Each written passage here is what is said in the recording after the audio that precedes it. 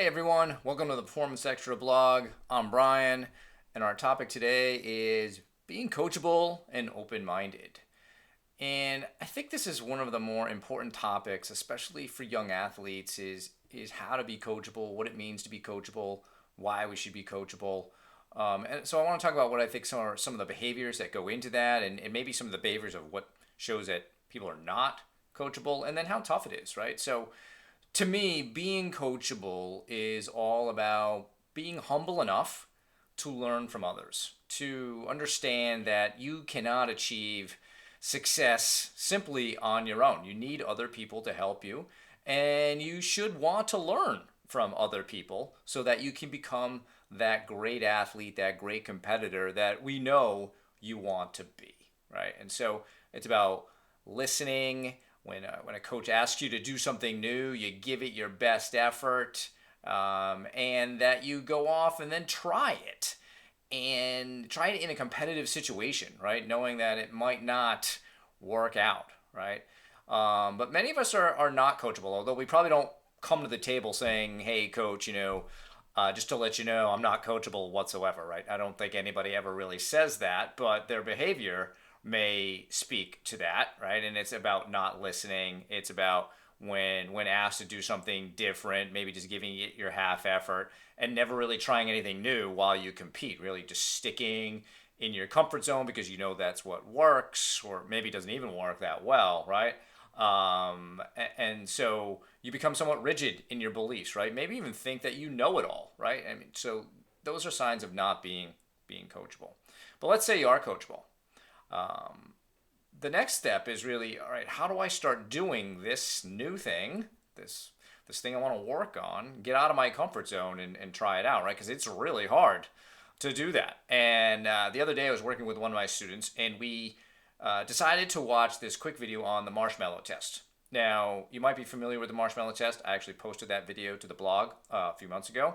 So if you haven't seen it, go back, watch that, or look on YouTube for the marshmallow test. But basically, it's all about immediate gratification versus delayed gratification. And I think this is a really good kind of parallel to what we face when we compete. So the marshmallow test is about testing, 4-year-old kids and how they do with this immediate gratification, delayed gratification with marshmallows, right? So they essentially put like a 4-year-old kid in the room with a marshmallow on a plate and say, look, you can eat this marshmallow right now, or you can wait and we'll give you two, right? And so what they do is they film the kids basically getting tortured sitting there with these marshmallows, right? And some of them are smelling them and licking them and looking off in different directions, and just trying all kinds of things not to eat the marshmallow, right? So at the end, most of the kids they get a second marshmallow. But that's kind of the torture that we're going through when deciding, do we want to get out of our comfort zone, right? Do we want to try that new thing? Because we might not get the marshmallow today, right? If we try that new thing, we might lose. But the delayed gratification, the payoff is much bigger than just a second marshmallow, right? You may not get that marshmallow today. You might still get it.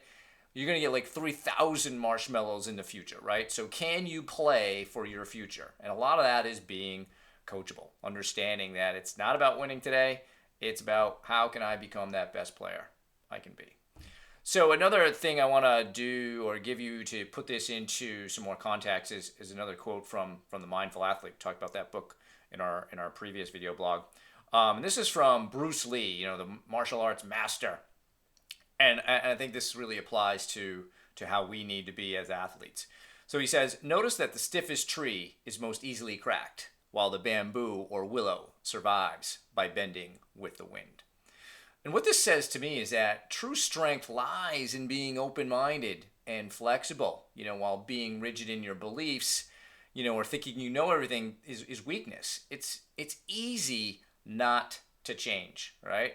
And that to me is a sign of mental weakness, not changing when you know you should.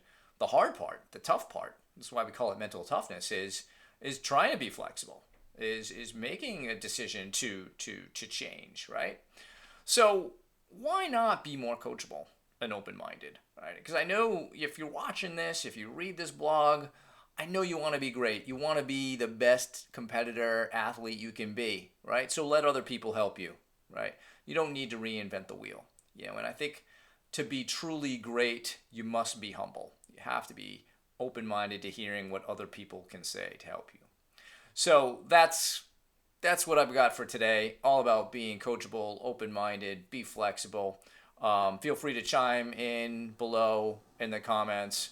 Always like to hear what you guys think about this stuff. As we go on this journey together, become great competitors and to reach our potential as athletes, and no matter what sport you're playing. So with that, I will say goodbye and see y'all soon on our next blog. Cheers, guys.